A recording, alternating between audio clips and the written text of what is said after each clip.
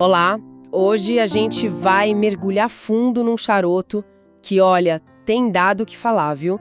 Principalmente pelo visual e pela proposta.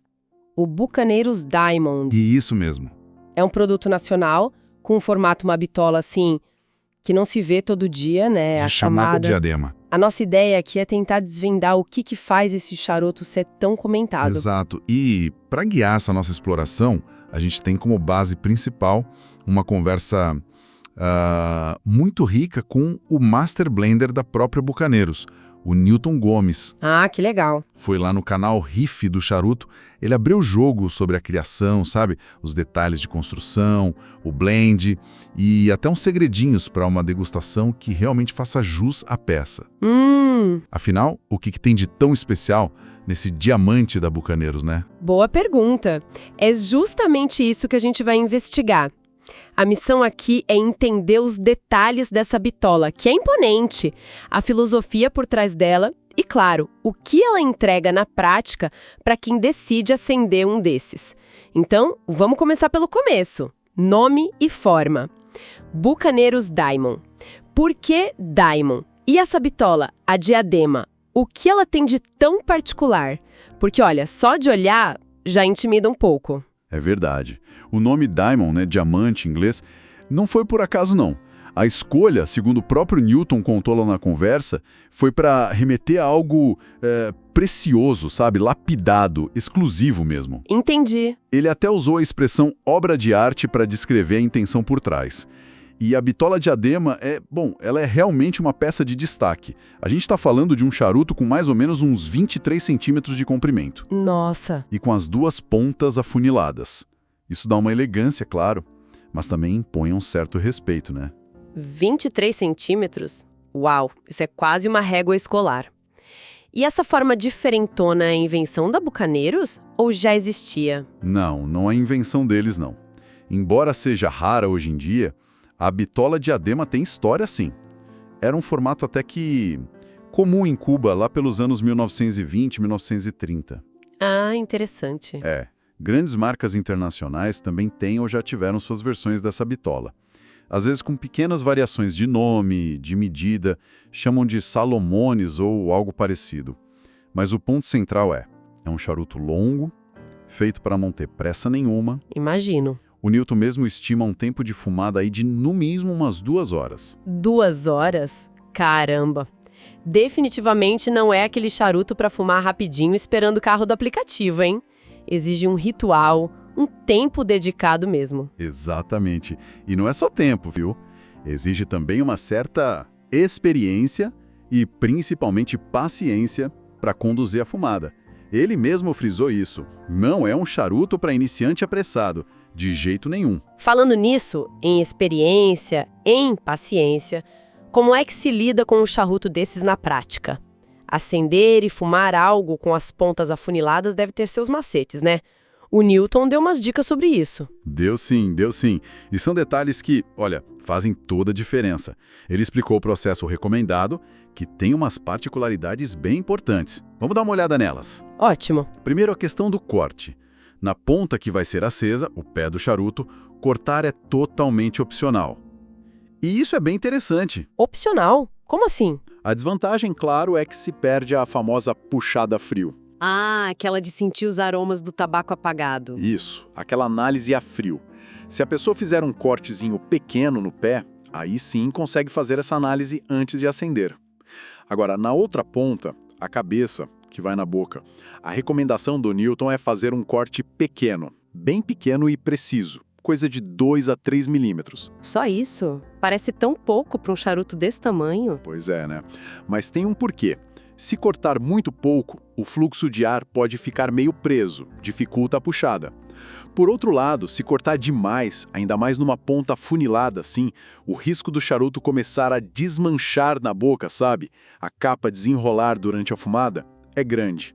É um equilíbrio bem delicado. Entendi. Faz sentido. É um ajuste fino. Exato.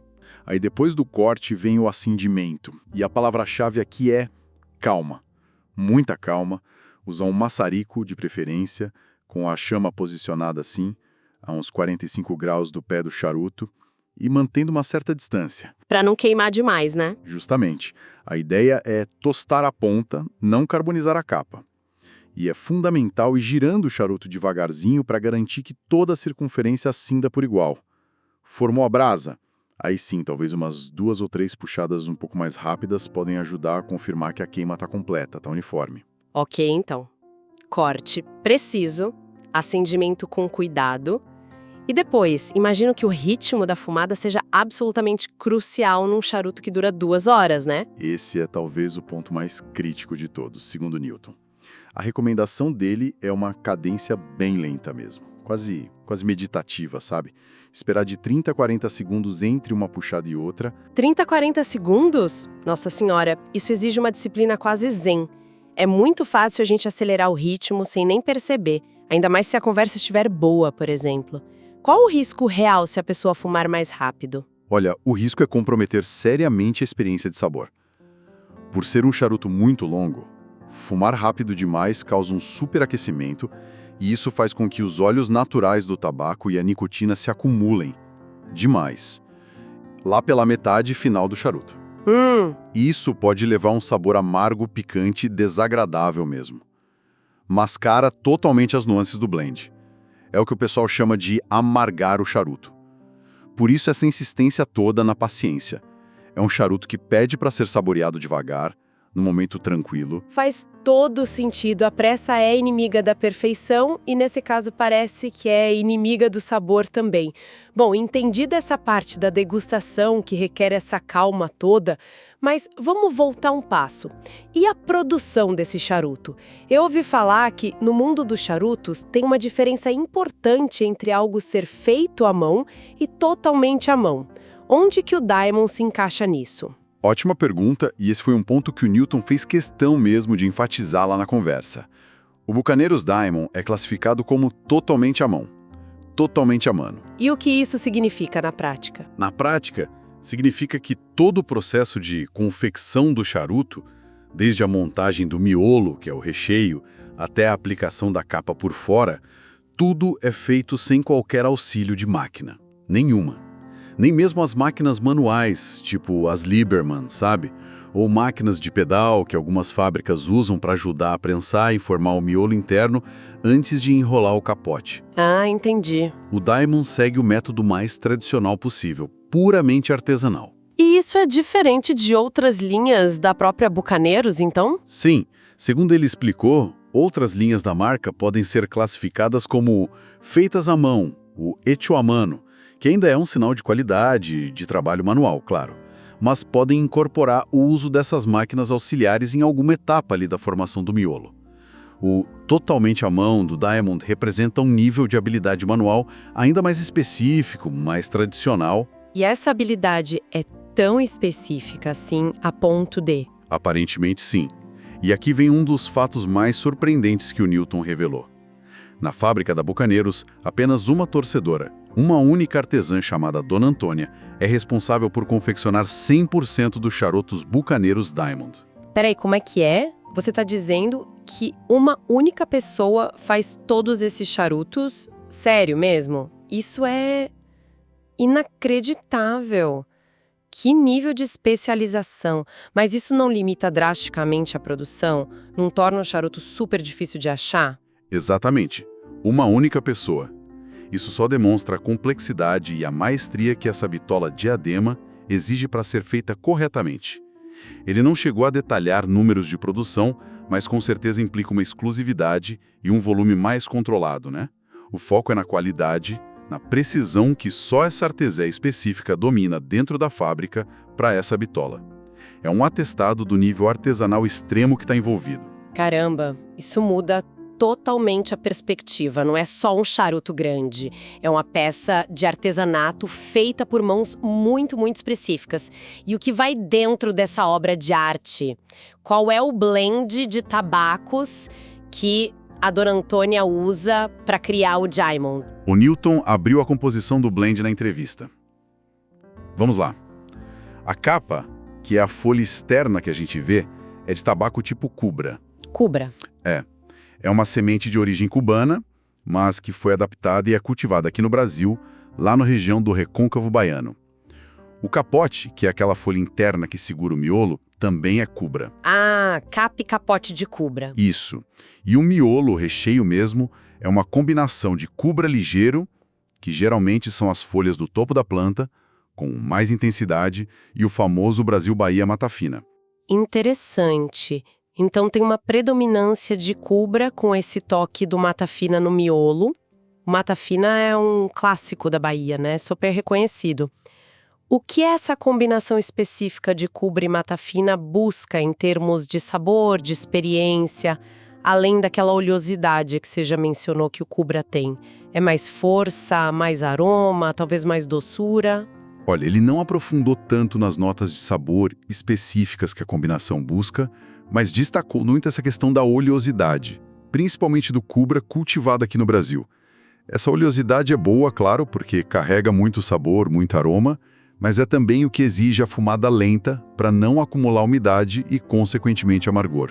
Entendi. O mata-fina no miolo geralmente contribui com notas mais terrosas, adocicadas e uma complexidade aromática bem característica. A presença do cubra ligeiro sugere que há uma busca por um certo corpo, uma certa presença, mas como a gente vai ver daqui a pouco, a intenção não foi fazer um charuto super forte. Parece mais uma busca por equilíbrio e um sabor marcante dentro dessa proposta mais longa. Entendi. A escolha do blend parece totalmente conectada com a proposta da bitola e essa necessidade da fumada mais cadenciada. Agora, com um charuto tão peculiar assim, imagino que existam alguns erros clássicos que as pessoas cometem ou coisas que definitivamente deveriam ser evitadas. O entrevistador lá até brincou sobre cortar o charuto no meio para dividir com alguém. O que mais o Newton apontou como um não faça isso? Sim, ele listou alguns pontos importantes para evitar, para não estragar a experiência com o Diamond. Primeiro, justamente essa ideia de cortar ao meio, nem pensar. Clássico. A proposta do diadema é a jornada longa, é a evolução dos sabores ao longo das 2 horas ou mais. Cortar no meio descaracteriza totalmente isso. E tem mais, ele explicou que a goma vegetal usada para colar o charuto é aplicada com mais reforço nas pontas. Se cortar no meio, aumenta muito o risco do charuto simplesmente se desenrolar, desmanchar todo. Essa de cortar no meio é um clássico erro mesmo. Mas faz todo sentido, destrói a ideia original do charuto. Que mais? Segundo, como a gente já falou, não cortar demais a cabeça, a ponta que vai à boca. Aqueles 2-3 milímetros recomendados são para evitar que a ponta se desfaça com a umidade da saliva durante a fumada longa. Ok. Terceiro, e vou repetir porque é crucial, não fumar apressadamente. Prejudica demais o sabor, causa amargor e vai totalmente contra a filosofia do charuto. Certo. Paciência é a chave. E quarto, um ponto interessante, evitar ficar batendo a cinza a todo momento. Ah, a cinza. Sempre aquela dúvida eterna no mundo dos charutos. Bate ou não bate, deixa cair sozinha. Qual a orientação para o Diamond? A orientação do Newton, especialmente para um charuto longo e oleoso como o Diamond, é deixar a cinza se formar e cair mais naturalmente. A cinza acumulada na ponta, claro, dentro de um limite razoável, tem uma função importante. Ela age como um isolante térmico. Ah, é? Sim. Ela ajuda a proteger a brasa, mantendo a temperatura de queima mais estável, mais uniforme. Isso evita que o charuto apague facilmente, o que pode ser uma tendência em charutos mais longos ou com tabacos mais oleosos, que geram mais umidade. Então a dica é resistir à tentação de ficar dando aquele peteleco na cintra toda hora. Deixa ela crescer um pouco mais, ela vai cair sozinha ou com um leve toque quando estiver pronta. Que interessante essa função protetora da cinza, especialmente para esse formato. Faz muito sentido. Agora, uma pergunta que não quer calar. Um charuto desse tamanho, quase 23 centímetros, ele deve ser uma bomba de nicotina, né? Uma fortaleza altíssima. Certo? Pois é. Essa é a expectativa natural de todo mundo. Mas aqui vem outra surpresa.